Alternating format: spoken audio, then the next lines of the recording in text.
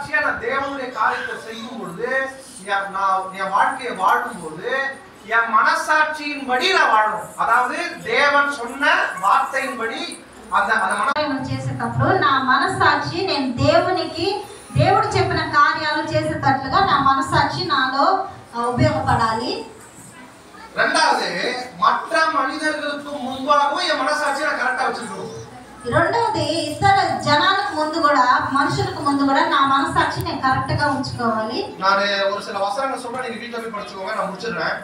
నేను కొన్ని వాక్యాలు చెప్తాను, మీరు ఇంటికి వెళ్ళి చదవండి. அதாவது மற்றவர்களுக்கு முன்பாக எப்படி நான் மனசாட்சியோடு நடந்துக்கணும், ఇతరులకు ముందుగా నేను ఎలా మనసాక్షితో ఉండాలి. பாருங்க 2 கொரிந்தியர் 1ஆம் அதிகாரம் 12ஆம் வசனத்துல சொல்லி இருக்குது.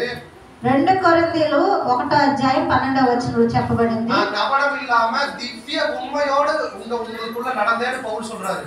నేను గౌరవంగా మీలో నడుచుకున్నానని పౌలు చెప్తున్నాడు. கபடம் இல்லாம ఇంటిగ్రిటీ, నేను గౌరవం లేకుండా మీలో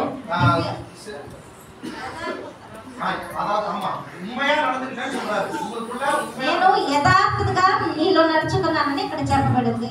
2 கொரிந்தியர் 4ஆம் அதிகாரம் 2ஆம் வசனத்துல 2 కొరింథీయులు 4:2వ వచనంలో చెప్పబడింది. వెక్కமான అంతరంగ కార్యత్ర నాకు వెరుతు.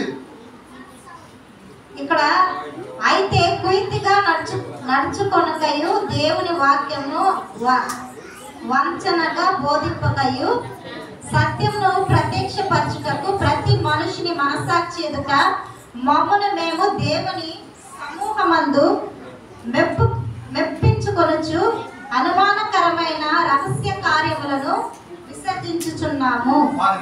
நாங்க யாருக்கும் ரகசியமா எதுவும் கிடைக்கல. அதாவது ஆகாஷ் எதையும் கவனிக்கிறதே இல்லை நம்ம சொல்றத, அதனால நம்ம அவனை ஏதாவது பண்ணணும் அப்படின்னு மனசுல நாங்க நினைக்கிறது இல்ல. ఇక్కడ ఆకాశం ఇదేదే లేదు, అతను ఏమని చేయాలంటే మనసులో అనుకునేది లేదు. மக்கள் முன்பாக அப்படித்தான் நாம வாழணும்னு பவுல் சொல்றாரு. జనానికి ముందు మనం అలాగే జీవించాలని పౌలు చెప్తున్నాడు. தந்திரமா நடக்கக்கூடாது, కుయుక్తిగా మనం నడుచుకోకూడదు, தேவ வசனத்தை புரட்டக்கூடாது, దేవుని యొక్క వాక్యాన్ని మనము వంచనగా బోధించకూడదు. இதெல்லாம் பண்ணாம நாம உங்களுக்குள்ள வாழணும். దాన్ని ఏమి చేయకుండా మేము యథార్థంగా జీవించాము.